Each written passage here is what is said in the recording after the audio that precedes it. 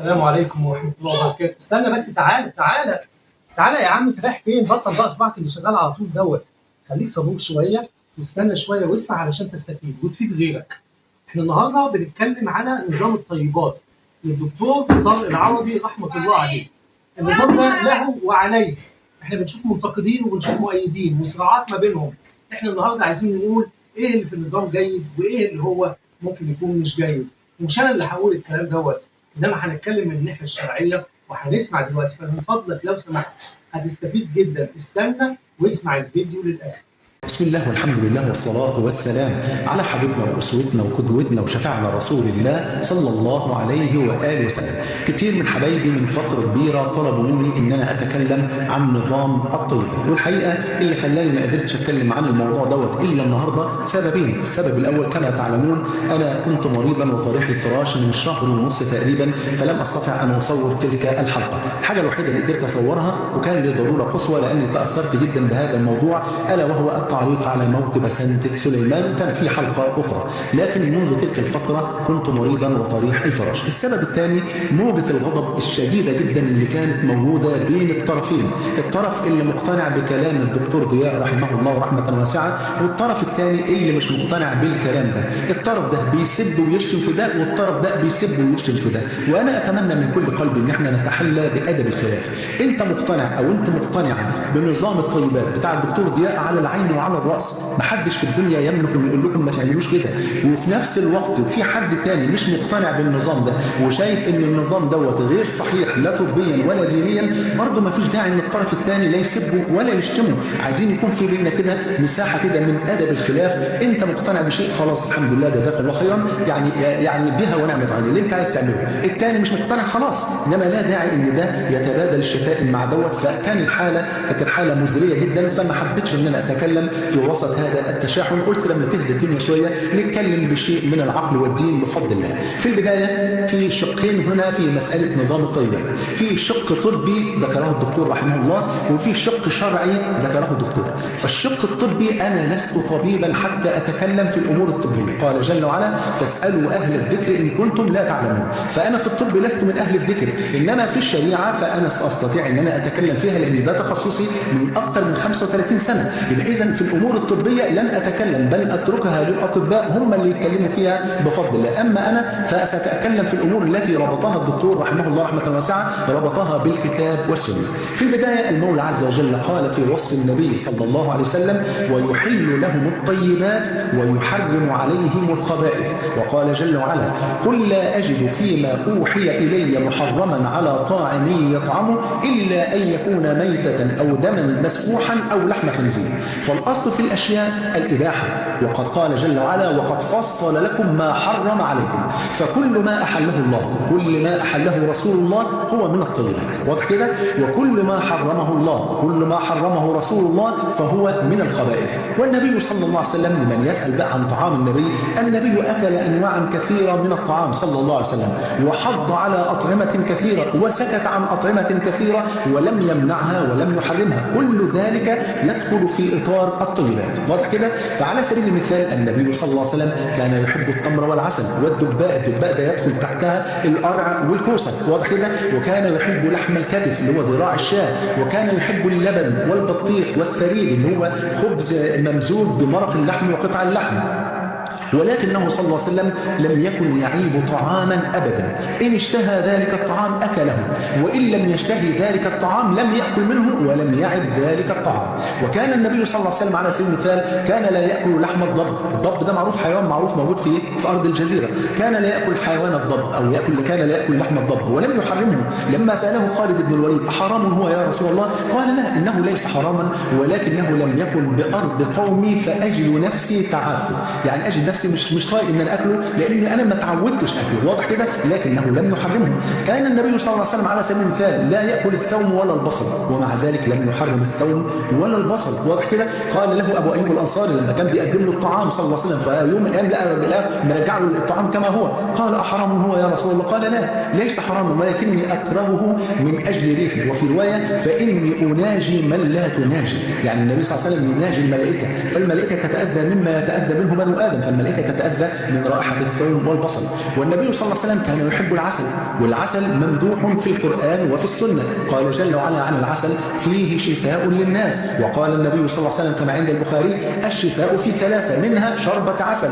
وأعلى أنواع الطيبات ما كان ممدوحا في الكتاب وفي السنة. واضح كده؟ يعني على سبيل المثال النبي كان يحب اللبن، واللبن ممدوح في القرآن وفي السنة كما قال جل وعلا: وإن لكم في الأنعام لعبرة نسقيكم مما في بطونه من بين فرث ودم لبنا خالصا سائغا البنين للشاربين.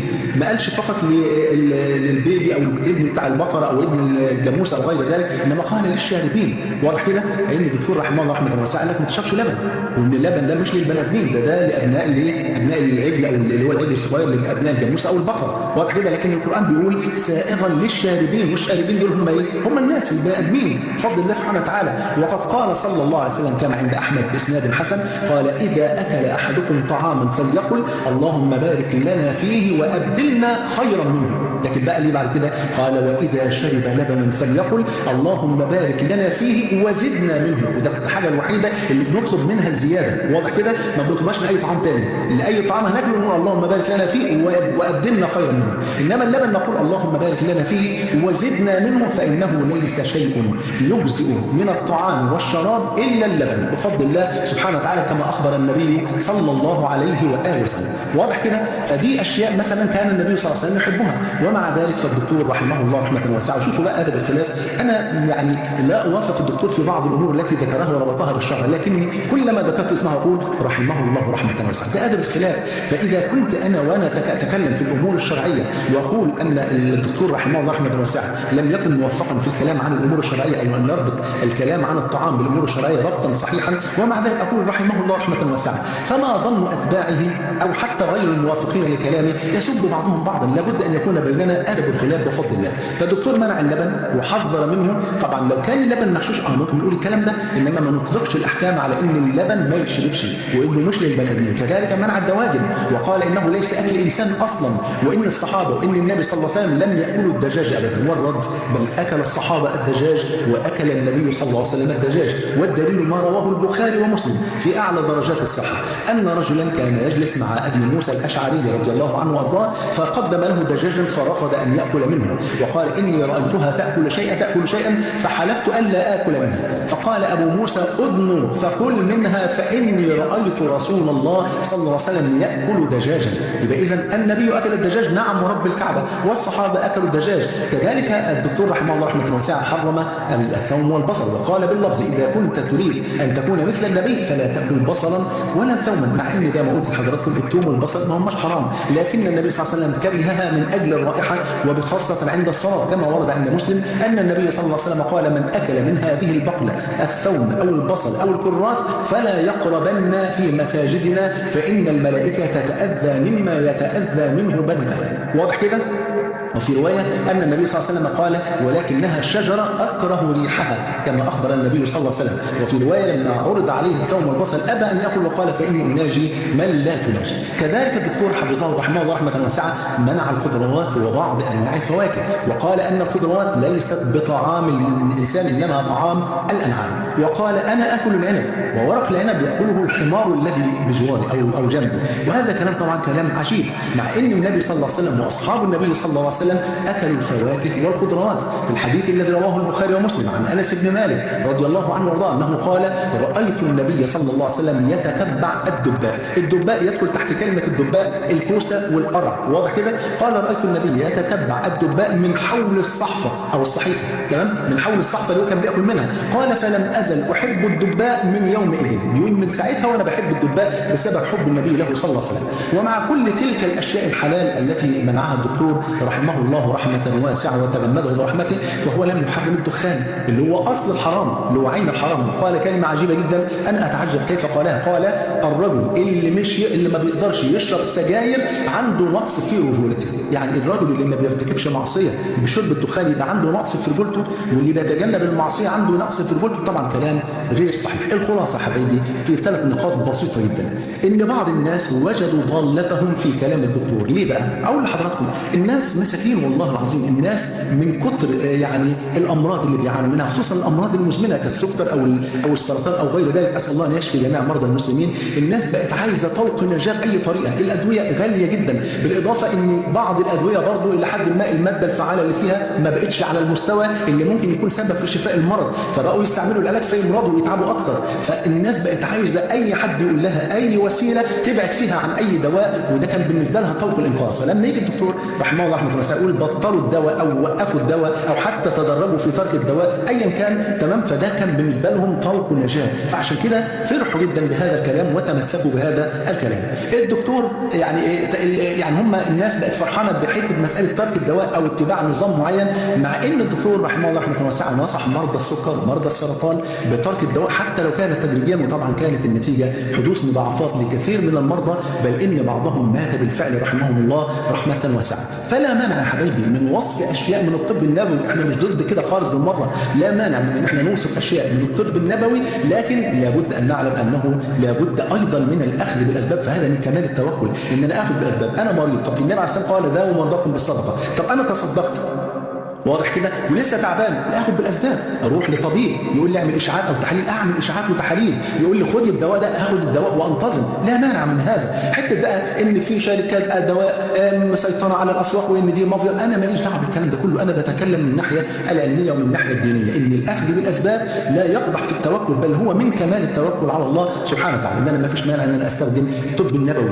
ان انا اخذ اعشاب، اخذ حاجات معينه، امشي على نظام غذائي معين، مفيش مانع، لكن برضه مع الاخذ بالاسباب ان انا اروح لطبيب يكون كويس واخد الدواء، ما فيش اي مشكله في هذا الامر بفضل الله سبحانه وتعالى. الحاجه الثانيه، ليس من حق احد ان يحرم ما احله الله من الطعام او الشراب، وبخاصه اذا كان يربط ذلك بالكتاب والسنه. لو قال ده اجتهاد من عندي ملوش علاقه بقى لا بالكتاب ولا السنه، ما نتكلمش، خلاص براحتك اجتهد براحتك. انما لو ربط ذلك بالكتاب والسنه نقول له لا معلش، الادله بتدل على خلاف ذلك، ونقول برضه كل ده بكل ادب وبكل احترام لكل الناس. وانا في هذه الحلقه لاخر لحظه بقول اسال الله عز وجل أن يرحمه رحمة واسعة، وأن يتجاوز عنه إن كان تسبب في أذى إنسان أو غير ذلك. أسأل الله عز وجل أن يرحمه وأن يغفر له وأن يتجاوز عنه. الحاجة الأخيرة اللي عايز أقولها، أرجو من حضراتكم أن نتحلى بأدب الخلاف، لا داعي أن طرف يشتم طرف أو طرف يشتم آخر لسبب يا حبيبي، لأن دي والله العظيم مظالم، الناس مش بتسامح، فدي مظالم. أنت لما تخش على واحد على فيديو ليه أو على بوست عامله وتخش تشتمه،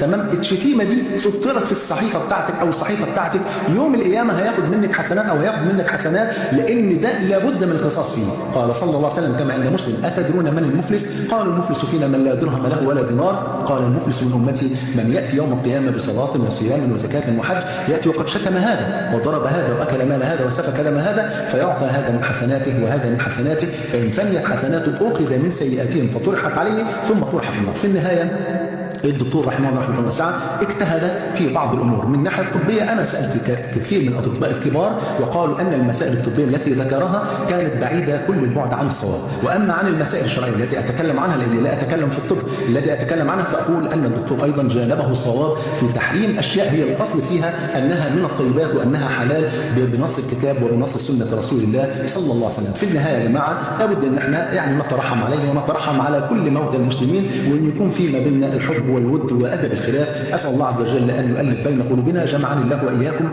مع الحبيب المصطفى صلى الله عليه واله وسلم في الفردوس الاعلى. بحبكم في الله، والسلام عليكم ورحمه الله وبركاته. زي ما شفتوا الشيخ الله يفتح عليه يعني يتكلم كلام شرعي تماما، فما وافق كلام الرسول صلى الله عليه وعلى اله وسلم تبعناه، وما خالف كلام الرسول صلى الله عليه وسلم لم نتبعه.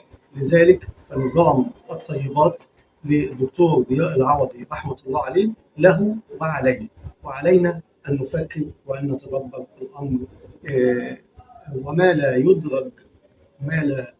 يدرك كله فلا يترك كله، يعني ناخذ منه ما يفيدنا ونترك ما يخالف شرعنا. والسلام عليكم.